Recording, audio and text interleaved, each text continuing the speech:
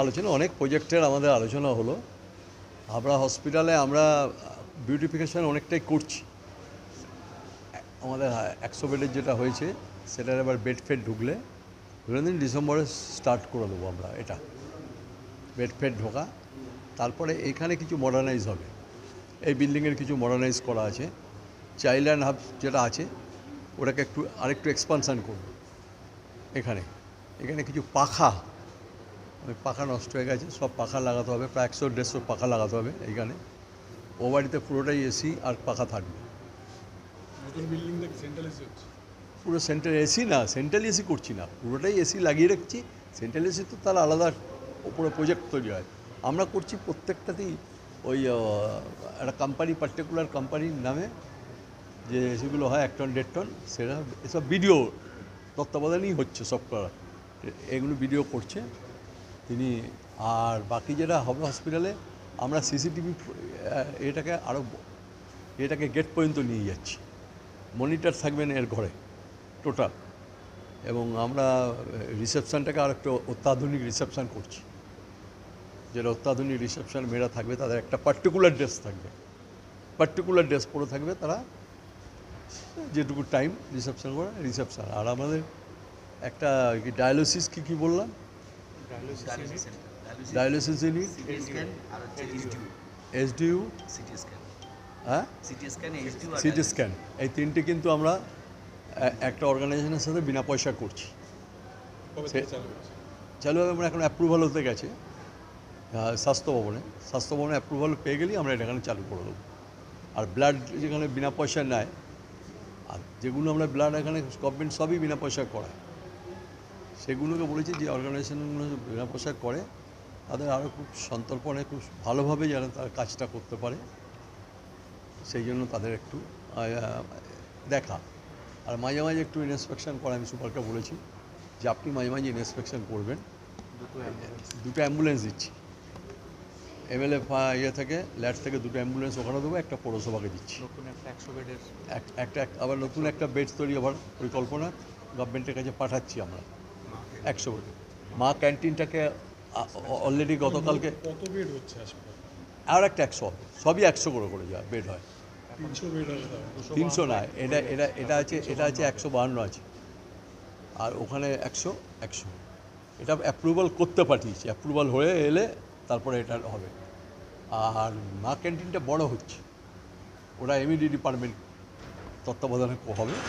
এখানে 100-150 খেতে পারে, একসাথে 120 জন খেতে পারবে। তারপরে জলের ব্যবস্থা করছে, এখানে ঠান্ডা জল যেমন স্কুলে দেওয়া হয়েছে এখানেও দেওয়া হচ্ছে, আর আউটডোরেও দেওয়া হচ্ছে বড়, যাতে 5 ঘন্টা 7 ঘন্টা 8 ঘন্টা জল যেন চলতে পারে। সেই ডাক্তারবাবু আমার একটা পেয়েছি এমইডি, একটা নিয়ে এসেছি, সে অংশগ্রহণ করবে, হাফ এখানে করবে। আলটিমেটলি এইখানেই টাইমটা বেশি পাবে। সব ডাক্তারগুলো সব কমপ্লিট হয়ে গেলে, বেড চলে এলে আমরা এটা চালু করবো ওই হসপিটাল।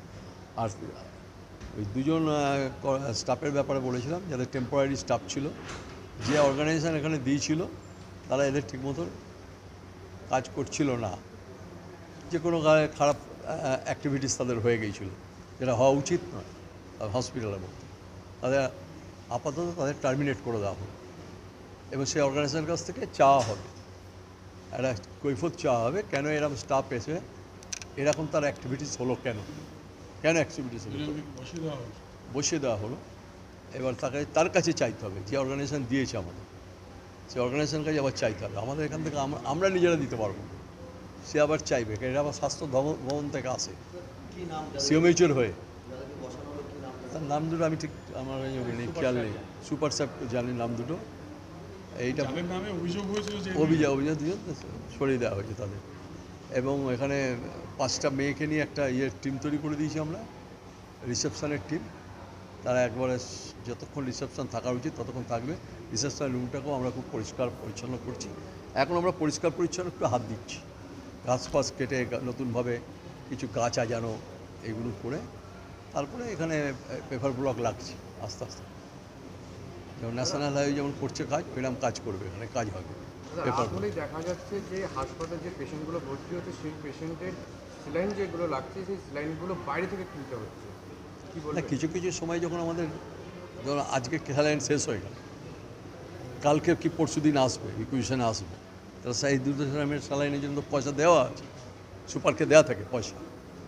সুপারের কাছে একটা রোগী কল্যাণ সমিতির একটা পয়সা থাকে, তিনি ইনচার্জ, তার কাছে থাকে, তখন তিনি সেগুলো কিনে নিয়ে বিলটা দিয়ে দেন ডিপার্টমেন্টে। পেশেন্ট পার্টি বাইরে থেকে কিনছে।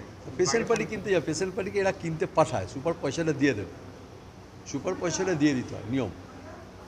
আজকে যদি একটা ট্যাবলেট শেষ হয়ে গেল, ট্যাবলেটটা যদি কালকে আসবে, তাহলে এর মাঝখানে যদি 4 জনার লাগে, তাহলে আমাদের সুপার তো আর নিজে কিনতে যায় না, সুপার ওদের বলে যে তোমরা ভাই কিনে নিয়ে এসে বিলটা দাও, আমি পয়সা দিয়ে দিচ্ছি তোমাদের।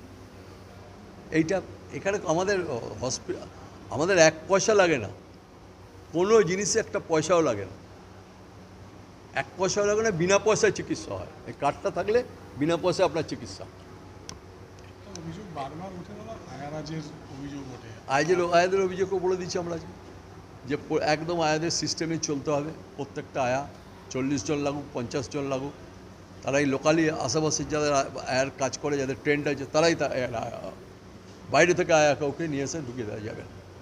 এটা সুপার করবে, এভরিথিং সুপার। এটা কারুর মাতব্বরি এখানে চলবে না। সুপার করবে, হসপিটালের মতো তার জায়গায় যেন তৈরি হয়, পরিষ্কার পরিচ্ছন্ন, রুচিসম্মত হয়। হসপিটালকে প্রথম করতে হবে পরিচ্ছন্ন পরিষ্কার, দেখবেন হাফ চিকিৎসা হয়ে যায় এখানে।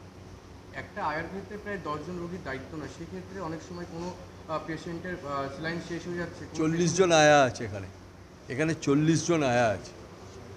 আমরা বললাম যদি সুপারকে বললাম যদি আপনার লাগে আপনি 10টা চয়েস করে আরও নিয়ে নিন, 50টা, যদি 60টা লাগে 60টা নিয়ে নিন, আমাদের তো কোনো আপত্তি নেই আয়া দিতে, নিয়ে নিন। কিন্তু সেই আয়াকে ট্রেন্ড হতে হবে, একটু ট্রেন্ড আয়া হলে ভালো হয়। কিছুই জানে না, সে শুধু পরিষ্কার করছে, তাকে তো ট্রেন্ড হতে হবে, ওকে বাথরুমে কী করে নিয়ে যাবে, বাথরুম থেকে নিয়ে এসে শোয়াবে, সেরকম আয়া চাই।